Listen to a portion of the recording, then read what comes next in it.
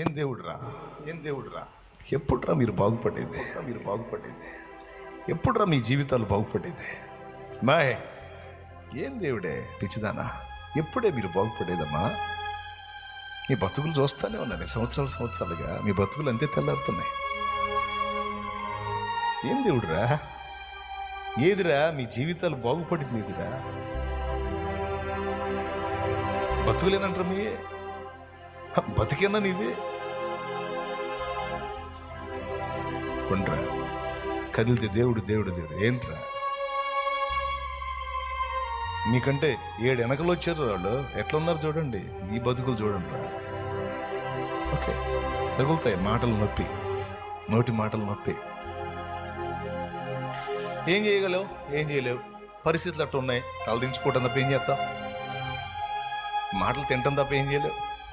వింటాం, బాగా గాయపడేటట్టు మాట్లాడితే పక్క పోయి ఏడ్చుకోవటం, కళ్ళు తుడుచుకొని ఆయనకి వెళ్ళి చూసి నీకే స్తోత్రం తండ్రి. ఇప్పుడు ఏడుపు తప్ప ఏడిచి నీ వైపు చూడటం తప్ప ఇప్పుడు నేనేం చేసే పొజిషన్లో లేను. ఏం చేసినా నాకు డోంట్ వరీ. నీ సుదీర్ఘ నిరీక్షణని, ఓర్పుని, సహనాన్ని ఆయన మౌనంగా కనిపెడుతున్నాడు.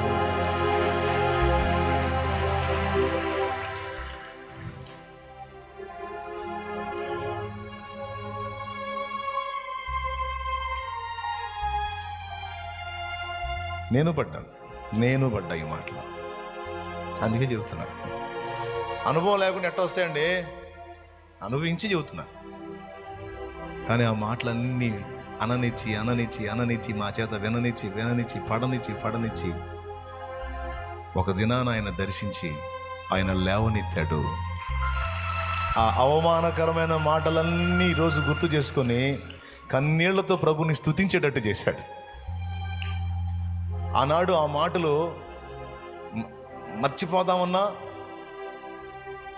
మర్చిపోవడానికి బలవంతంగా మర్చిపోవాల్సి వచ్చేది. ఆనాడు ఆ మాటలు, ఈరోజు ఆ మాటలు బలవంతంగా గుర్తు చేసుకోవాల్సి వస్తుంది. ఎందుకో తెలుసా? నా ప్రభు ఎడల కృతజ్ఞత చూపడానికి.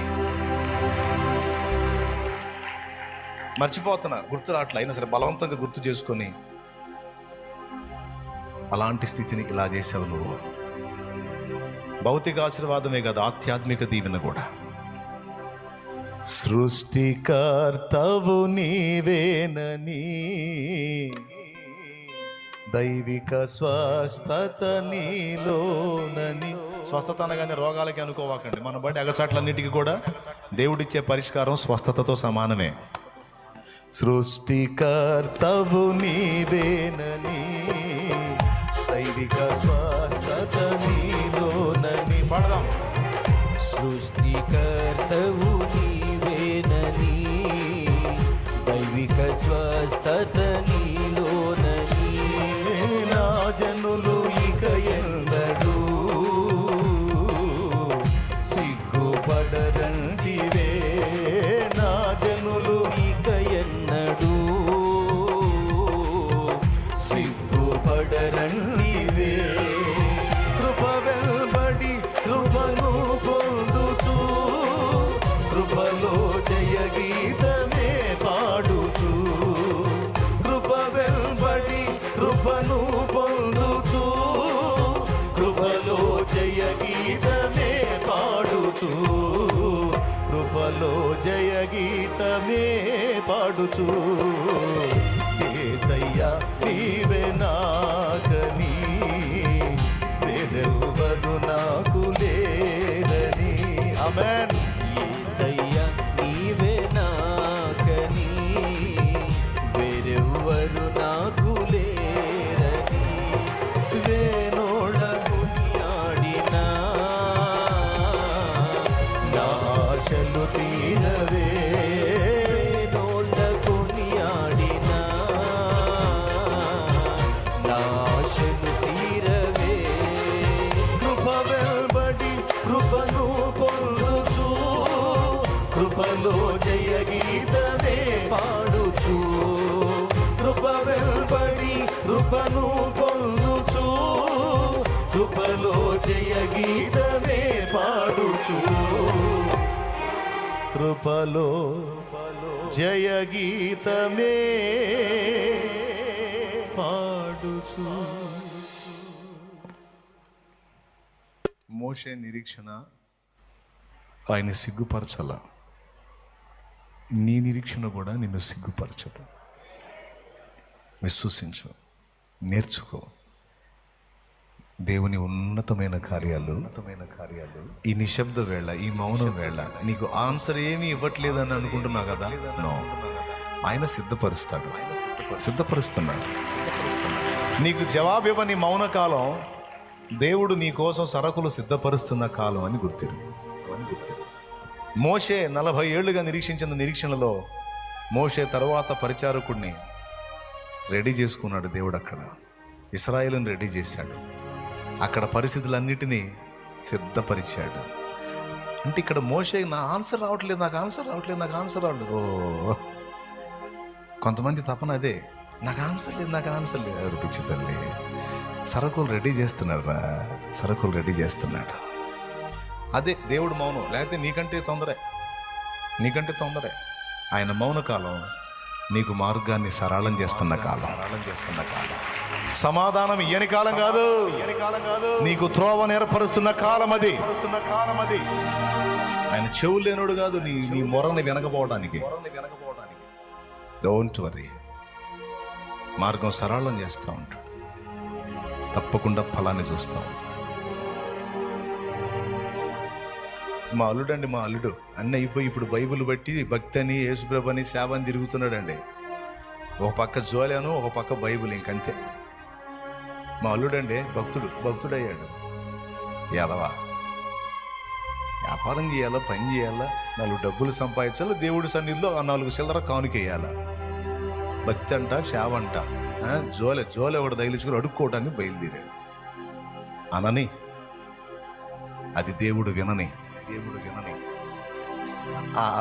ఈ మాటలు అన్నారే, అబ్బాయి ఎవరు అనుకున్నా? మా అల్లుడే, దావీదు మావాడే, చిన్నప్పటి నుంచి చురికే.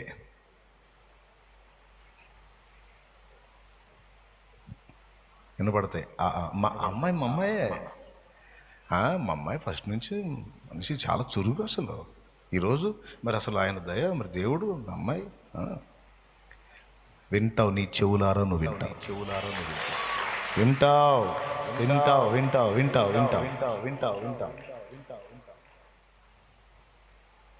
ఏమన్నా డౌటా? ఏం లేదా? అట్టయితే లేక పైకి లే. డౌట్ ఉంటే చెప్పు, ఇంకో గంట కూర్చోబెట్టి చెబుతాం. మళ్ళీ లే, పైకి లే, ఇంక సందేహం లేదులే. దేవుడు మౌనం వహించిన కాలం నీకు మార్గం సరళపరుస్తున్న కాలం. నీ కన్నీటికి ప్రతిగా ఆనంద నాట్యాన్ని నీకు ఆయన కలిగిస్తాడు. నువ్వు పడిన మాటలు, పొందిన అవమానాలు, నువ్వు పడిన వేదన ఆయన గమనించలేదు అనుకోవద్దు. మనుషులకు నోరిచ్చినవాడు, చెవులిచ్చినవాడు, హృదయాన్ని ఇచ్చినవాడు. ఆయనకు హృదయం లేదా? ఆయనకి చెవులు లేవా? ఆయన వినడా? మరి అట్లయితే ఇప్పుడు ఎలా మాట్లాడాడు? స్పష్టంగా నీ సమస్యనెత్తి మాట్లాడాడు ఆయన. డోంట్ వరీ, ఆయన చూస్తున్నాడు, ఆయన వింటున్నాడు. దైవజన నోటి నుండి నీతో మాట్లాడి, ఈ శరీరాన్ని అడ్డం పెట్టుకుని కూడా నీతో మాట్లాడాడు. ఆయన కృతజ్ఞతలు చెప్పు. Thank you lord, thank you lord, thank you master, thank you master. నేను నమ్ముతున్నాను దేవా, నాతో సూటిగా నీవు మాట్లాడాను. నీకు కృతజ్ఞతలు దేవా. అవును, నీ మౌనం నాకు నీవు మార్గం సరళపరుస్తున్న కాలం. నీ మౌన కాలం నాకు సమాధానాన్ని సిద్ధపరుస్తున్న కాలం. నా కన్నీటిని చూసి కూడా నువ్వు మౌనం వహించిన కాలం. నా కన్నీటికి పరిష్కారాన్ని నువ్వు రెడీ చేస్తున్న కాలం అని. ఇదిగో నా సంగతులన్నీ నీ ముందు రాస్తాను, నీ ముందు ఉంచుతాను, నీకు తెలియజేసుకుంటాను. నాకు ఇంకెవరున్నారు ప్రభువా? నువ్వే కదా. నాకు ఇంకెవరున్నారు తండ్రి? నా గోడు వినేవాళ్ళు ఎవరున్నారు? నా కన్నీరు తుడిచే వాళ్ళు ఎవరున్నారు? నా అర్థధ్వని ఆలకించే వాళ్ళు ఎవరున్నారు? నన్నుగా అర్థం చేసుకునే వాళ్ళు ఎవరున్నారు? నాకు నువ్వే. యేసయ్యా నీవే నాకని వేరెవ్వరు నాకు లేరని యేసయ్యా నీవే నాకని వేరెవ్వరు నాకు లేరని వేణోళ్ళ కొనియాడినా నాశలు తీరవే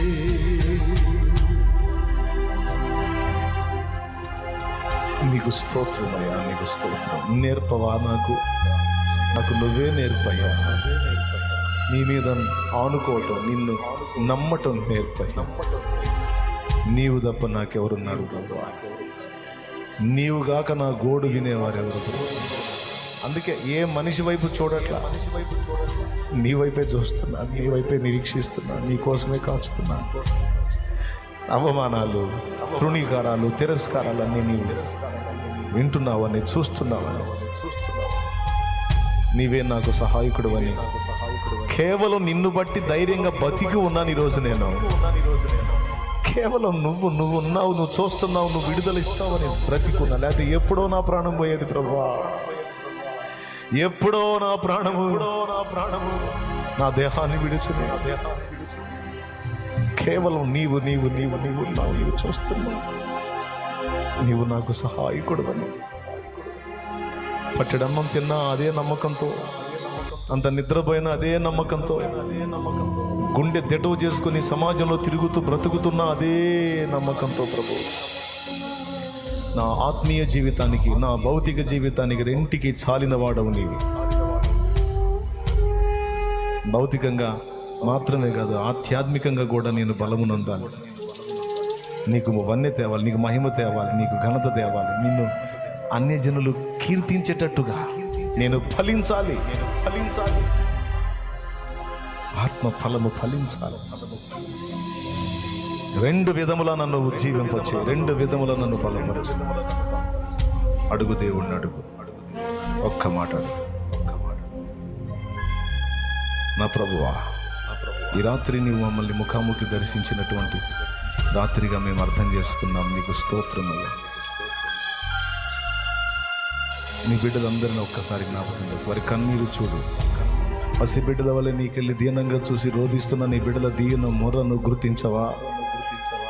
ఇంతగా నిద్ర మానుకొని నీ పాదాల దగ్గర పడిగాపులు కాసిన నీ పిల్లల్ని వట్టి చేతులతో పంపుతావా?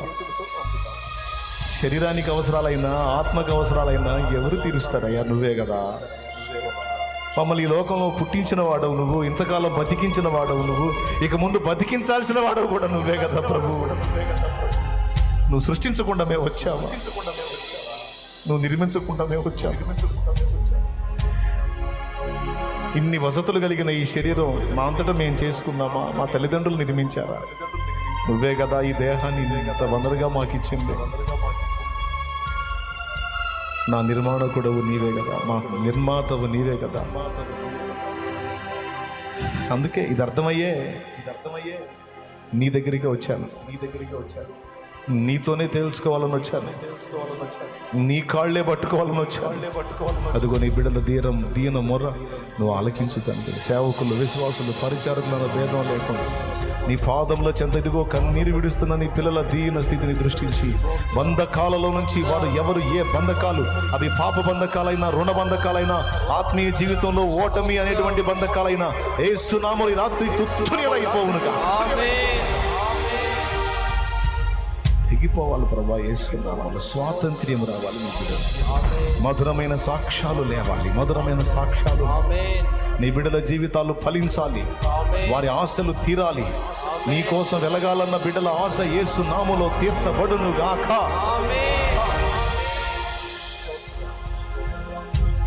ఇంతకాలం ఎందుకు నా జీవితం ఖాళీ అయిపోయిందనే బాధ లేకుండా, ఓ నా దేవుడు నాకు మార్గం సరళపరిచిన రోజులా ఇవి అని నీ బిడ్డలు సంతోషించుదురుగాక.